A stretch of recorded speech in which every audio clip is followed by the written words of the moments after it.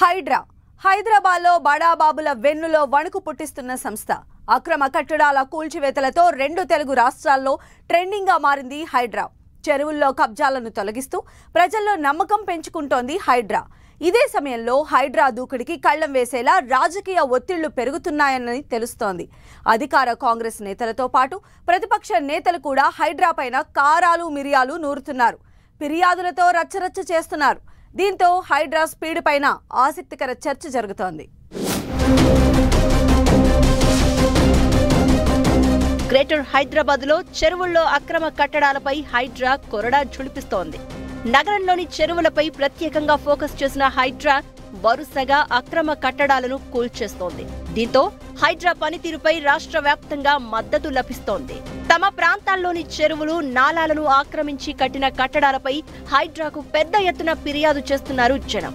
ఇలా వందల సంఖ్యలో వస్తున్న ఫిర్యాదులపై హైడ్రా ఎటువంటి చర్యలు తీసుకుంటుందన్న ఆసక్తి పెరుగుతోంది. వచ్చిన ప్రతి ఫిర్యాదును పరిశీలించి చర్యలు తీసుకునే పటిష్టమైన వ్యవస్థ హైడ్రా దగ్గర లేకపోవడంతో కొన్ని తీవ్రమైన అక్రమాలకే హైడ్రా పరిమితమైపోతోందని వాదన వినిపిస్తోంది. దీంతో వందలాదిగా వస్తున్న ఫిర్యాదులపై ఏం చేయాలన్న అయోమయంలో పడిపోయింది హైడ్రా. మరోవైపు హైడ్రాపై రాజకీయ ఒత్తిళ్లు పెరిగిపోతున్నాయని చెప్తున్నారు. అధికార కాంగ్రెస్ నుంచి మొదలు బీఆర్ఎస్, బీజేపీ, ఎంఐఎం పార్టీలు ఒకరిపై ఒకరు ఆరోపణలు చేస్తూ హైడ్రాకు ఫిర్యాదు చేస్తున్నారు. ఎంఐఎం నేతలకు చెందిన ఫాతిమా విద్యా సంస్థల భవనంపై బీజేపీ ఫిర్యాదు చేసింది. దీంతో హైడ్రా అడకత్తెరలో పడిపోయిందని అంటున్నారు. ప్రస్తుతం అధికార కాంగ్రెస్ పార్టీకి మద్దతుగా ఉన్న ఎంఐఎంపై ఎలాంటి చర్యలు తీసుకుంటుందనే ఆసక్తి నెలకొంది. ఫాతిమా కళాశాల భవనాన్ని కూల్చే సాహసం చేస్తారా లేదా అన్న ఉత్కంఠ పెరిగిపోతోంది. ఇదే సమయంలో బీఆర్ఎస్ నేతల అక్రమ నిర్మాణాలపై ఫిర్యాదు చేస్తున్న కాంగ్రెస్ గులాబీ దళాన్ని ఒత్తిడికి గురి చేస్తోంది.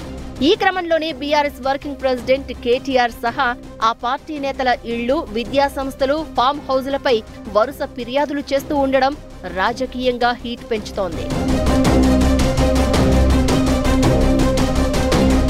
ఇలా నేతల పోటాపోటీ ఫిర్యాదులపై ఏం చేయాలో తేల్చుకోలేకపోతోంది హైడ్రా.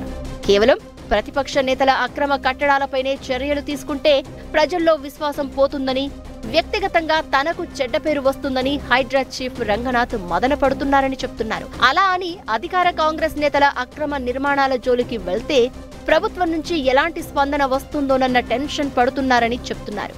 మొదట్లో చెరువుల్లో అక్రమ నిర్మాణాల కూల్చివేతపై సానుకూల స్పందన రావడంతో ఉత్సాహంగా స్పీడ్ పెంచిన హైడ్రా ఇప్పుడు జనం నుంచి కూడా ఫిర్యాదులు వెల్లువెత్తడం, రాజకీయ ఒత్తిళ్లు పెరగడంతో ఏం చేయాలో తెలియని అయోమయ స్థితిని ఎదుర్కొంటుందనే గుసగుసలు వినిపిస్తున్నాయి.